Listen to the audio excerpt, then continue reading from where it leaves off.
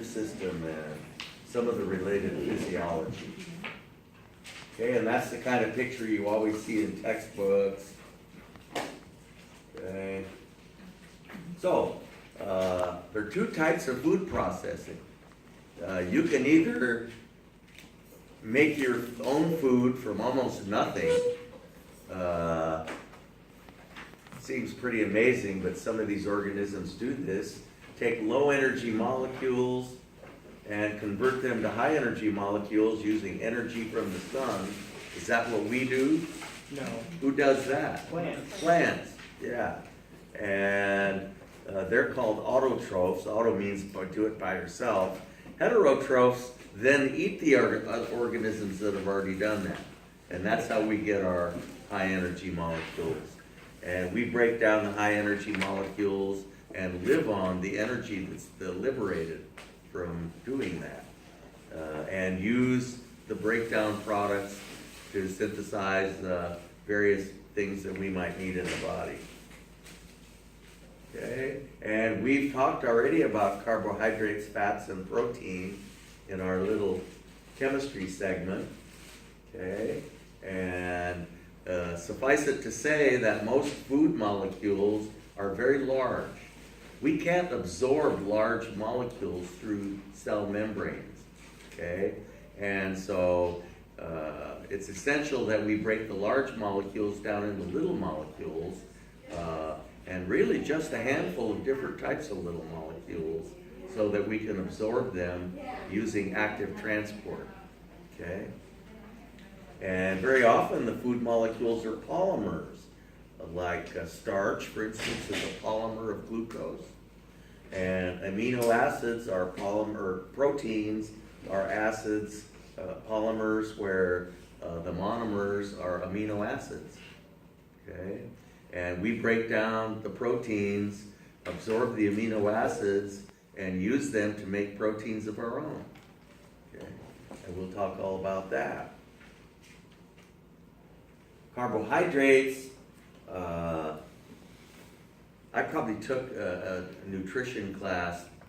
I don't even want to speculate on when I took it, but it was way back when they were saying that 70% of your calories should come from carbohydrates, and I was appalled even then.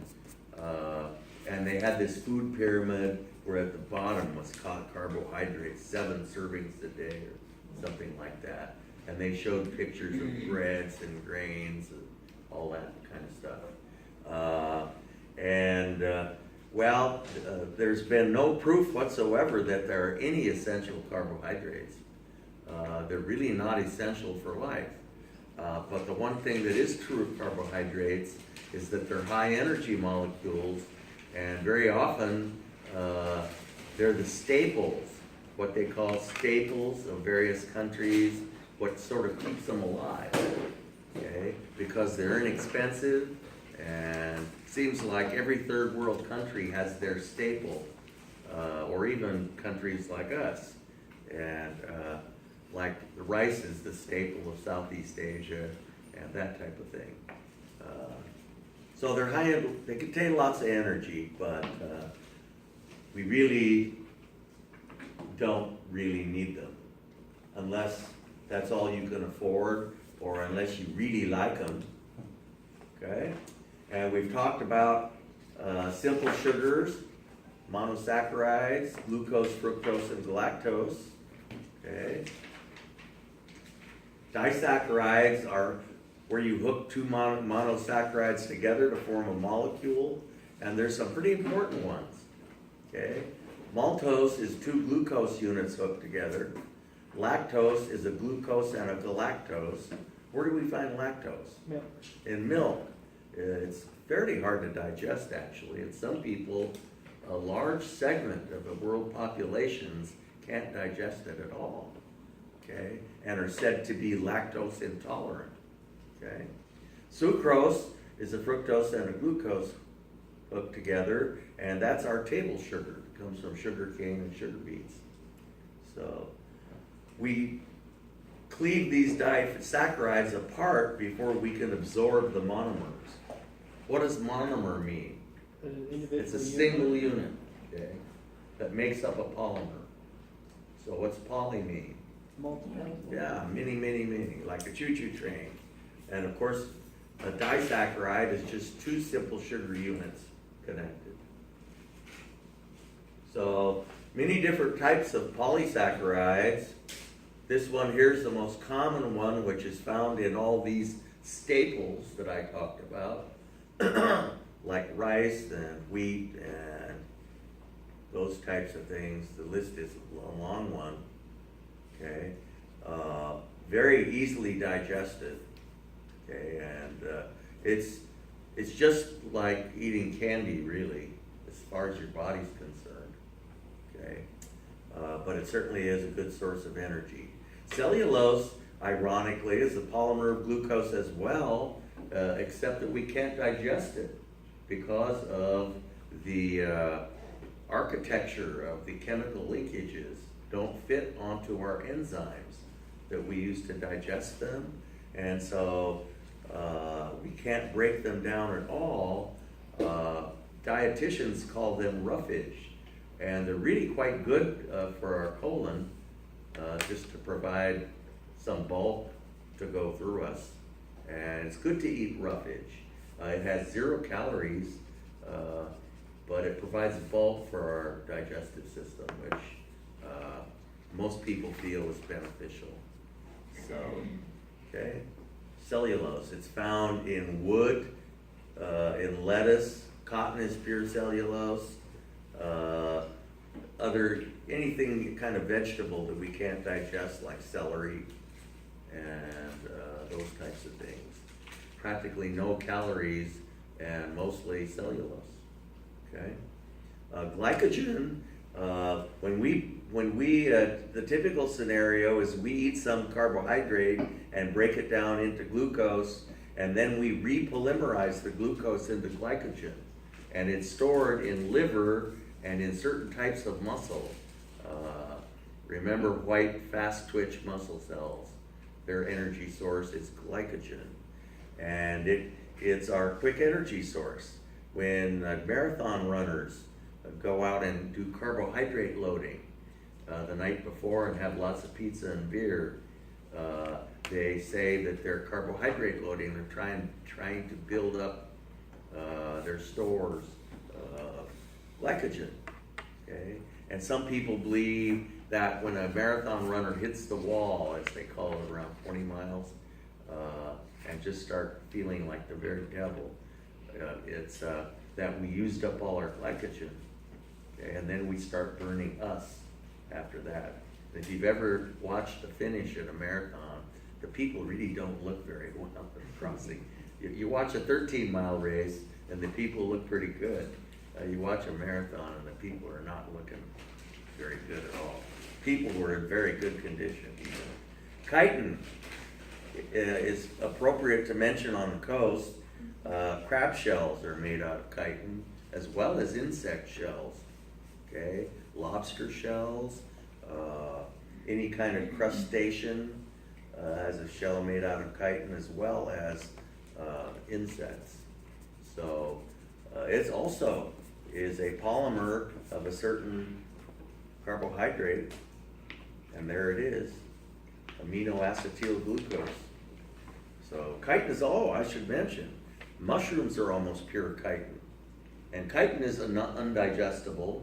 You don't get any calories out of crab shells or mushrooms, and because we can't break it down, even though it's carbohydrate. So it's the architecture of the linkage that we can't break apart. Okay, so all digestible carbohydrates are digested to glucose. Glucose is easily absorbed. Okay. So that was carbohydrates. Lipids are all the nonpolar components of tissue, and the only thing they have in common, these are all very different substances. The only thing they have in common is that they're all nonpolar. Okay? And so you'll often find them dissolved in each other. The fatty part of tissue you can find all these things. The most common prevalent lipid lipid is triglycerides. Okay? And that triglycerides are fats. It's really not appropriate to call lipids fats, but triglycerides are fats. Okay? Steroids certainly aren't fats, nor are prostaglandins or these other things. Phospholipids we use to build cell membranes. Okay, so fats. Basically, triglycerides are called triglycerides because you got 3 long-chain fatty acids hooked onto a glycerin. And when we digest them, we just snip the fatty acids off of the glycerin. Okay? And all the calories are in the fatty acids, which are big, long hydrocarbon chains. Okay? Fatty acids and glycerin. Other lipids we just absorb as is, because remember, nonpolar things pass through cell membranes really easily. Proteins are the hardest thing for us to digest. The chemical bond, called a peptide linkage, that holds these amino acids together is a very strong chemical bond, and it's hard to break. So we have a whole host of digestive enzymes that we use to break these proteins down into their amino acids. Then we absorb the amino acids and put them together to make the proteins that we want. Okay? And there's no other way to get these amino acids.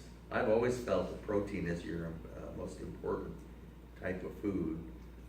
And of course, protein is always the most expensive thing to buy in the store.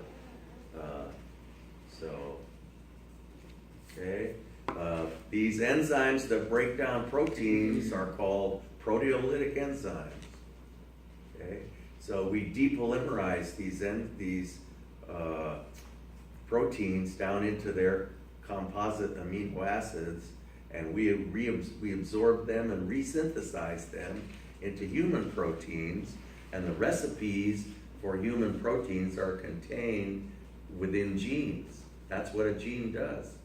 Contains the recipe for a protein, and that's all a gene does. So proteins must be pretty important. Okay, there are 20 naturally occurring amino acids. We can make some of them from other amino acids, but there are 8 of them that we can't make. Okay, they're the so-called essential amino acids, and we have to consume them every day. We can't store amino acids in the body. If we don't use them in about a day, we burn them for energy, and then you have to consume them again. As long as you're eating animal protein, you don't have to worry about getting those.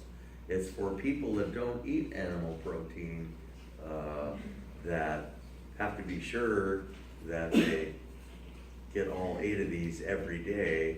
And if you eat corn and if you eat beans and grain every day, you'll get them, I'm told. Okay, so all the food types, fats, carbohydrates, and proteins can all be put into the Krebs cycle and burned for energy. And we'll talk about that later. Protein, what they often don't tell you on the nutritional side of the package of food is how many calories per gram that you're getting out of carbohydrate, fat, and protein. And of course, fat has significantly more calories per gram.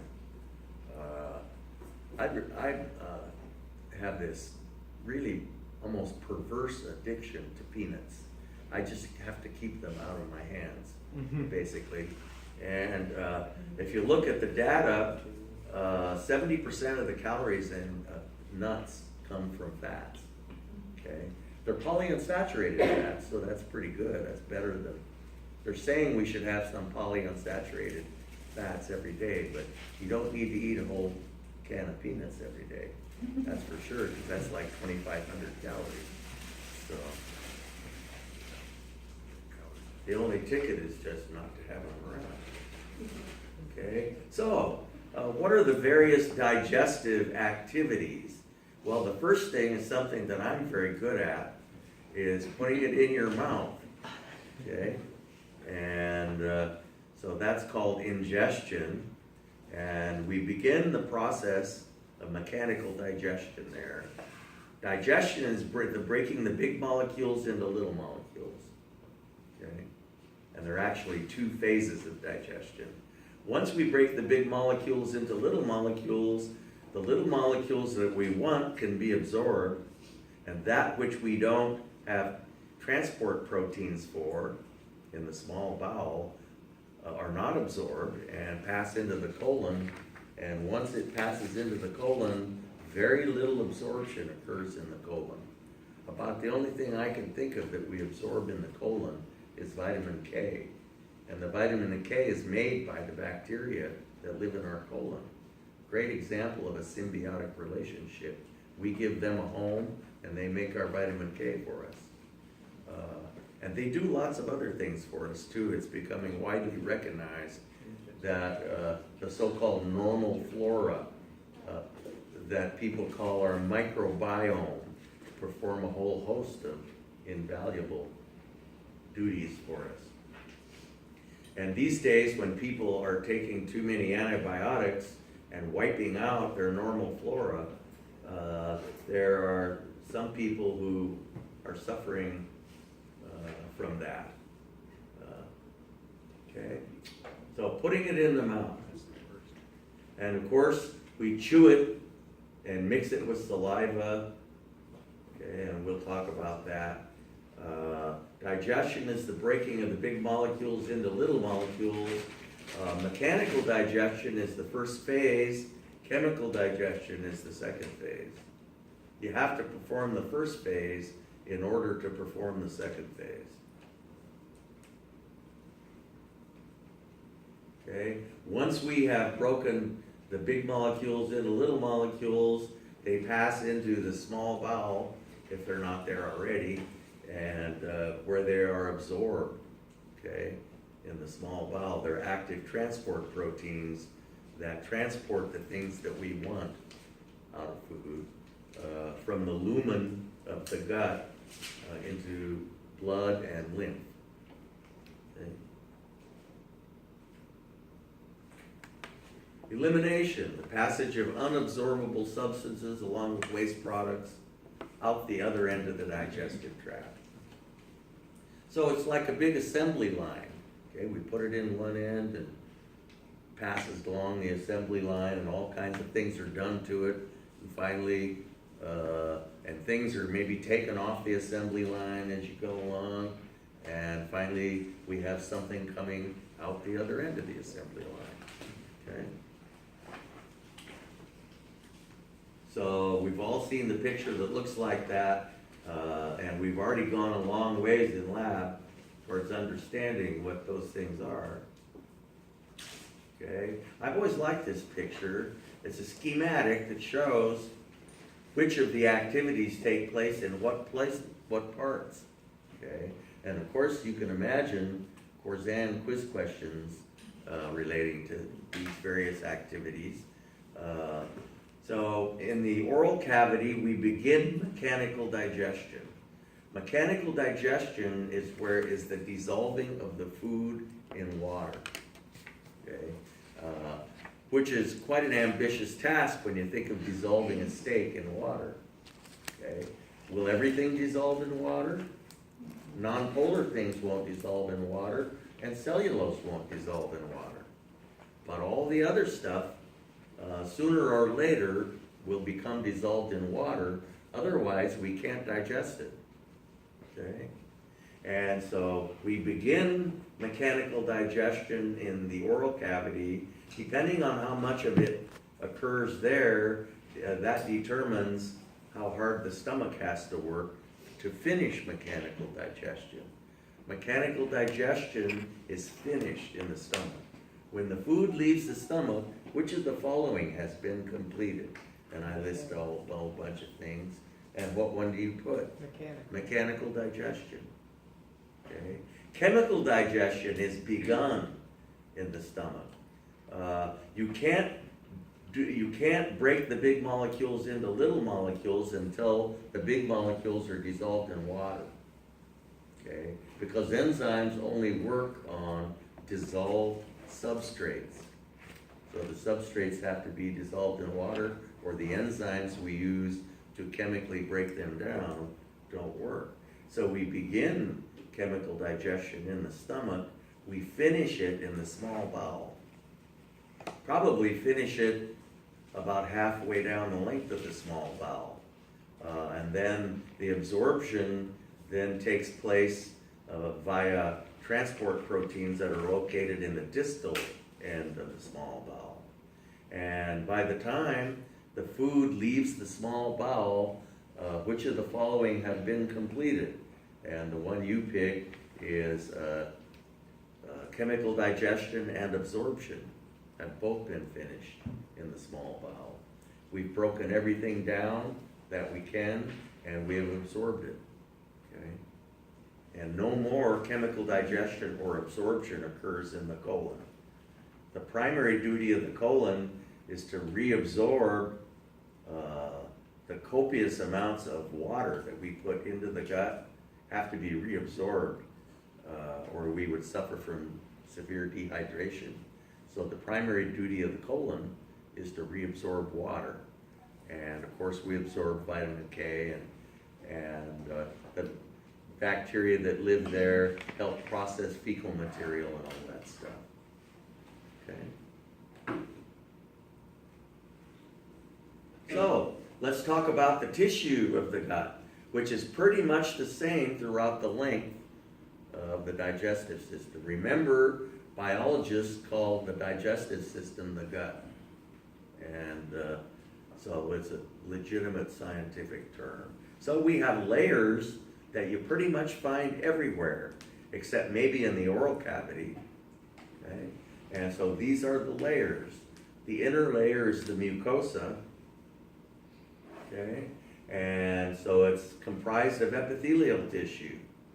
And the epithelial tissue that lines most of the gut, we learned back fall quarter. Anyone remember it? You had a good start. Simple columnar epithelium, very good. Okay? And so everywhere but the esophagus and the oral cavity, starting in the stomach, it's all simple columnar epithelium, which is interspersed with mucus cells. Okay? And so it is the mucus which is resistant to the very chemically hostile conditions, particularly of the stomach, that keeps us from digesting ourselves. Okay, this layer of mucus. If anything compromises that layer of mucus, we start eating holes in the wall of the gut, and that's what we call ulcers. Okay, so that is the mucosa. Anyone remember what underlies all epithelial tissue? Okay, areolar connective tissue. Okay, and that's what we're going to expect to see, just like the skin, underlining loose areolar connective tissue falling with that. Just like we find in the skin, underneath the epidermis, we find loose areolar connective tissue of the dermis. So do we find that in the gut. And remember, what characterizes loose areolar connective tissue is the large amount of ground substance, which is fairly gelatinous in nature and provides plenty of room to put blood vessels and nerves, and also allows for the movement of various immune cells through that tissue. And so we mount immune responses that are mounted in the digestive system, are mounted in this layer, because that's where the immune cells are. Okay, so that's the mucosa. Okay, and we say that it's simple columnar epithelium except for the esophagus and oral cavity. Then we go on to talk about the submucosa, which is made out of loose areolar connective tissue, okay, interspersed with many nerves, blood vessels, and lymphatic vessels. This is the location of the blood supply and is the site of intestinal immune responses and allergic responses.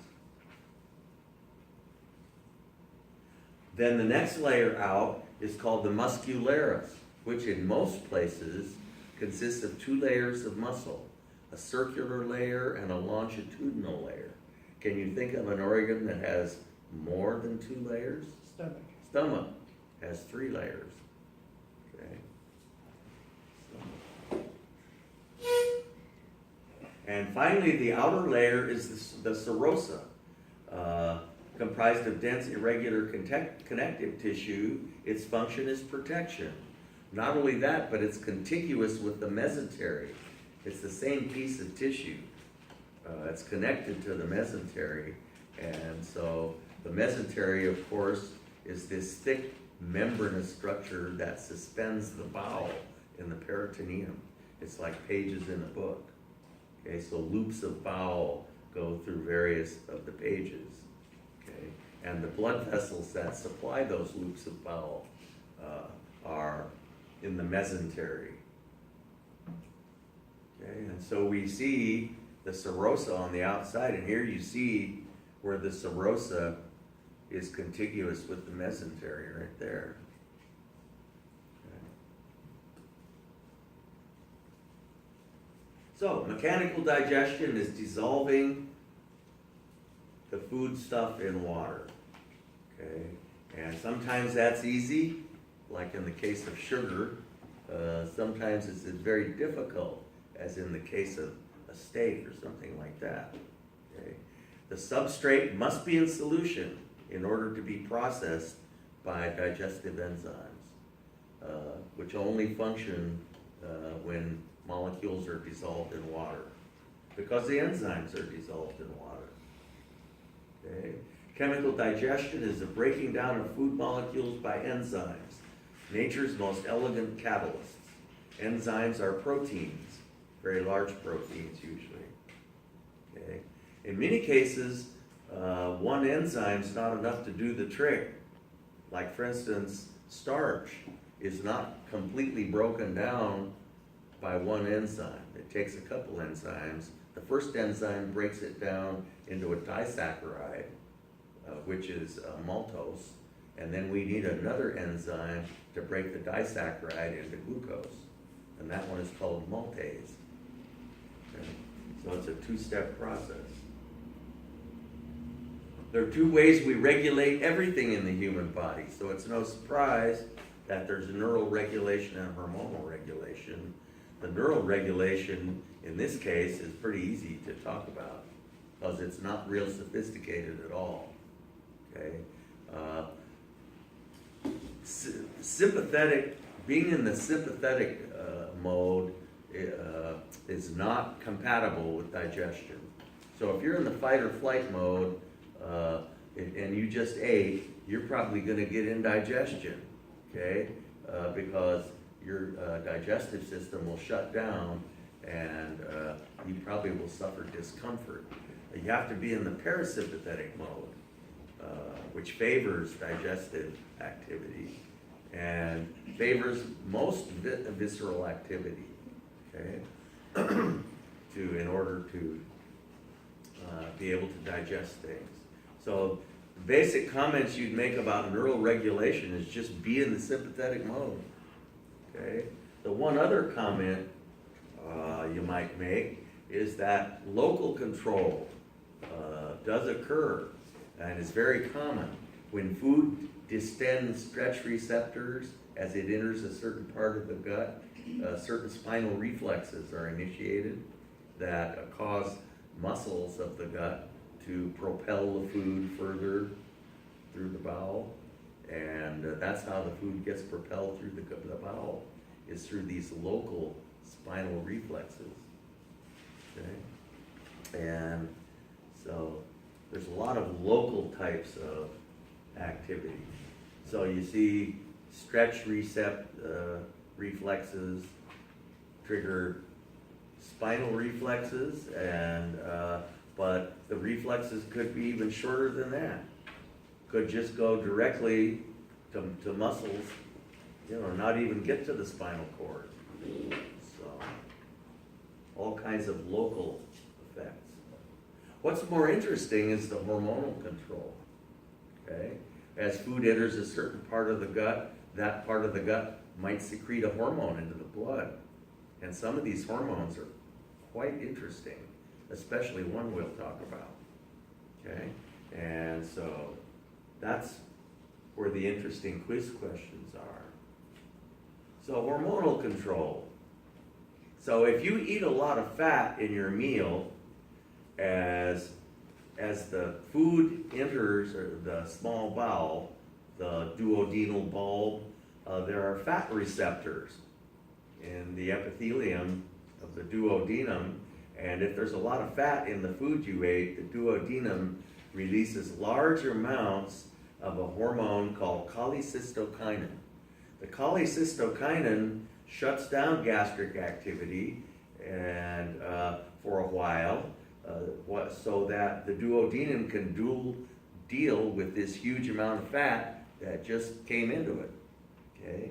And the way that the duodenum deals with that is that the sphincter of Oddi opens and the pancreatic juices and the bile come out and mix with all that fat, and the bile emulsifies the fat.